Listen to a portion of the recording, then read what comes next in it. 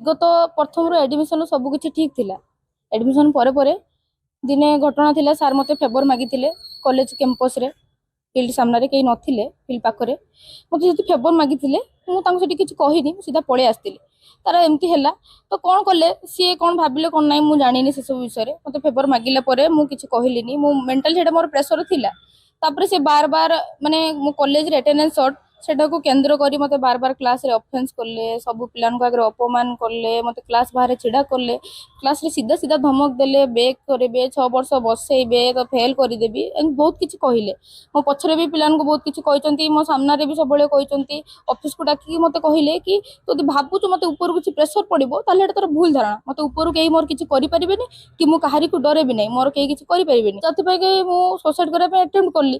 तापर पुणी आप मते एग्जाम दवा ପାଇଁ देलेनी, पुणी मते गार्डियन को फोन करले, पुणी मते गार्डियन दुनिया कथा कहले, जोथि ପାଇଁ कि एथर पुणी एग्जाम दवा ପାଇଁ देलेनी। आपण नोटिस काटथिले 9 जण पिला ପାଇଁ, आपण समस्त को एलाउ करले, मते एलाउ करले नै।